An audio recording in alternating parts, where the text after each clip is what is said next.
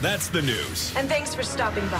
The Herd So Line last News. year at this time, Peter Schrager, Fox Sports, NFL Insider, said Patrick Mahomes is the next great star in this league. And we all knew he was talented, but he had gone to Chiefs camp, and he's like, trust me on this, Patrick Mahomes is going to blow up the league. And we were all like, Peter's been drinking a little bit in the summer. Well, Peter was right, and he joins us now via the Coward Global Satellite Network. Okay, Schrags, last year, you're 1-0, and you're feeling good. You got that summer tan, so let's make it 2-0. Who is the young breakout star this year in the NFL? I love it, Colin. Thank you for those props. Let me now ruin all that with a prediction that I will be held accountable to all season. Same thing. Been around, been talking to everybody, and my phone does not stop lighting up about Kyler Murray. I think Kyler Murray is going to be a sensation in this league from day one. And it's not just me. It's everyone out of Arizona, whether it be the general manager, the head coach, or the skill position players who have seen quite a few quarterbacks come through that building. Kyler apparently is light years ahead of where they thought he was going to be. And right now, the NFL is talking about Baker and talking about Mahomes. And obviously, Sam Darnold has a great, bright future, and everyone likes Josh Allen. But I think we come right out of the gates. Kingsbury's offense, 5 wide, the spread offense. And Kyler is already a master and a maestro with what it is. And we haven't gotten hurt yet. We haven't been through the full season. Everything that I'm hearing is that from September to at least mid-October, Kyler Murray's going to light this league on fire. And I feel like he was drafted. And because they're in the 30th market or 31st media market, we haven't really talked much about Kyler. He is the rare rookie starting from day one with no competition and a head coach building an entire offense from scratch around him. I think we're about to enjoy quite a rocket here, and I just want you to get on early here in August. The Kyler Murray lightning rod is about to start. Well, they need it. I mean, Arizona's in the NFC. Fox has the NFC. We've said they're one of the few teams that hasn't even been interesting to watch in the NFC last couple of years, so I'm excited for it. Now, is there a team to you, and I was thinking about this. I was literally flying back home last night, and I was thinking, the NFC is so good that I picked Atlanta to get to the Super Bowl last year, and nobody's talking about Atlanta. And I'm thinking, Lord, the NFC is so loaded. We have just literally the Falcons are like on nobody's radar, and this team has got a stacked roster and a very good coach and quarterback. Is there a team to you, Schrags, that you're like, you're not paying attention to these guys? Who's going to shock us? Okay, so I don't know if it's a Super Bowl prediction or anything. At the very least, intrigue-wise, I'm fascinated by what the Baltimore Ravens did this offseason. They put all their eggs in this Lamar Jackson basket. And, Colin, I know you like people who think outside the box. Yep. You would love to see a good TED Talk or whatever's going on in Silicon Valley. How about John Harbaugh winding the clock back 50 years and bringing out a wing T or a wishbone formation? They're all in on the run and in a league that is all about passing right now. The entire league is going one way. They're zigging. The Ravens decided to completely zag another. I don't know if it works. I do know that they have 4 tight ends on their roster that are going to play. I do know that they got rid of Crabtree and John Brown, who were their top 2 wide receivers last year. And I do know that they added Mark Ingram to a backfield that was already really good. This is a team that is going in a direction that no other team in the league is going on offense, and I'm just interested. I'm not saying they are going to work. I'm not going to say they're going to be better than the Steelers or the Browns. I'm just fascinated because in 2019, in the year of everyone throwing for 5,000 yards and airing it out and big, tall, wide receivers winning the day for you, they're going with a running quarterback who really struggled in the playoffs against the Chargers once a team saw him for the second time that time around. I'm fascinated. John Harbaugh's all in. He's got the extension, and they're putting all their eggs in a running offense with very little passing danger to it. It's very, very, very Silicon Valley, but it's almost like they're going backwards in time.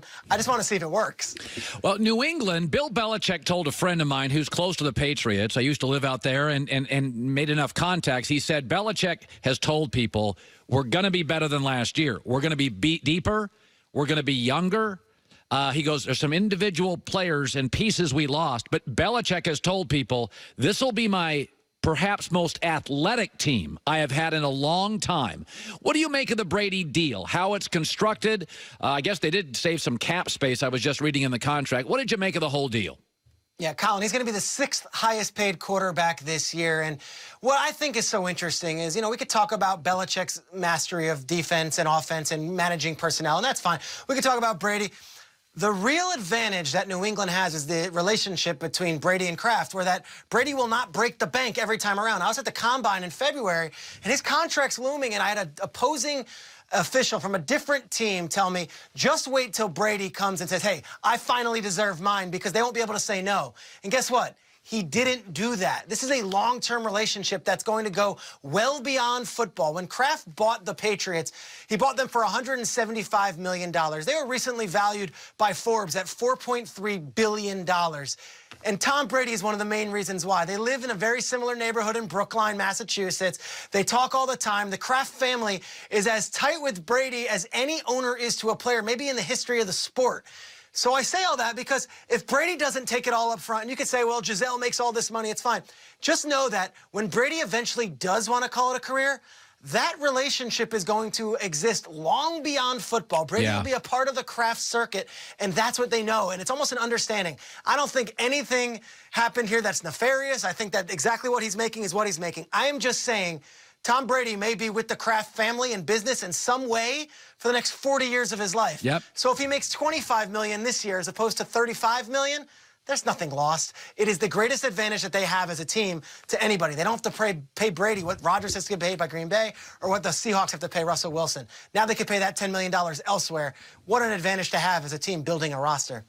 By the way, Schrags, couple of minutes left. Patrick Mahomes in Kansas City. There's been a lot of news. Kareem Hunt, Tyreek Hill. It's been a little rocky. I think their Super Bowl window, though, is open for 10 to 12 years. You called it last year. Some are suggesting a little step back. And by the way, the AFC, you can make an argument. The Colts will be better. The Steelers more focused. Cleveland's a real team. New England's younger. What do you predict for the Chiefs this year? Here's the thing with the Chiefs, Colin. Everyone's predicting regression for Mahomes. Well, he threw 50 touchdowns and 5,000 yards last year, but now there's a book on him. Here's the issue. If you look at the plays that Mahomes made, there's no way a book could have stopped a no-look pass or a throw that goes 80 yards off one leg. That doesn't get solved by watching film. Furthermore, usually when these teams are good, let's take the Eagles 2 years ago. The offensive coordinator, Frank Reich, gets plucked by the Colts. The quarterback's coach, John DeFilippo, gets plucked by the Vikings. They have what they call a brain drain, meaning all of the coaches go and take bigger jobs. Guess what? Andy Reid's still there. Eric Bieniemy, the offensive coordinator, is still there. Mike Kafka, the former Northwestern quarterback, he's the quarterback's coach in Kansas City. He's still there. If anything, they added talent on offense, and they bring back all the same coaches. And you can't really solve Patrick Mahomes and Andy Reid by watching a lot of film. This isn't some fluke offense. This isn't Chip Kelly with the spread. This is a freak of nature who's got a bunch of stallions at wide receiver and a really good coach calling the plays.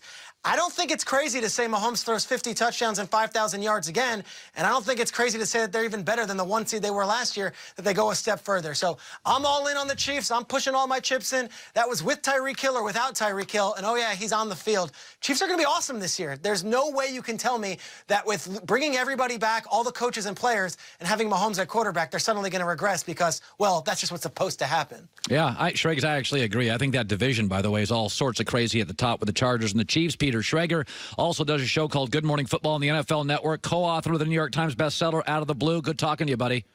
You're the best. Can't wait to get back on Fox NFL Kickoff with you, Colin. All right, bud. Peter Schrager, who's got that nice summer tan. That looks like a guy that's been hanging out like at Nantucket or something, doesn't it? But on the phone, by the way, while he's doing it. On the phone with NFL executives. Coming up next, there's a team in the NFL. I know we love Baker, and I get it, and you can love Baker, and I get it. But his rival for the next 12 years has got to be the happiest guy in the world, Sam Darnold, and the Jets. That plus Colin Right, Colin Wrong, top of hour number 2. Listen, did you know on average, it takes police 45 minutes, this is on average, to respond to a home security alarm? Almost an hour. Okay? A lot of time, police assume it's a false alarm. Call goes to the bottom of the list. Not with Simply Safe Home Security. Video verification technology helps cops get on the scene 3.5 times faster. Police can visually confirm a break-in is happening. Okay? They make it easy. No contractor hidden fees or fine print. It's won a bunch of awards from CNET to the New York Times. prices are fair and honest. My listeners, great deal. Free shipping right now and a money-back guarantee. All you do is go to simplysafecolin.com, C-O-L-I-N. simplysafecolin.com. They make it really easy. Police response time is cut down 75% from your average system.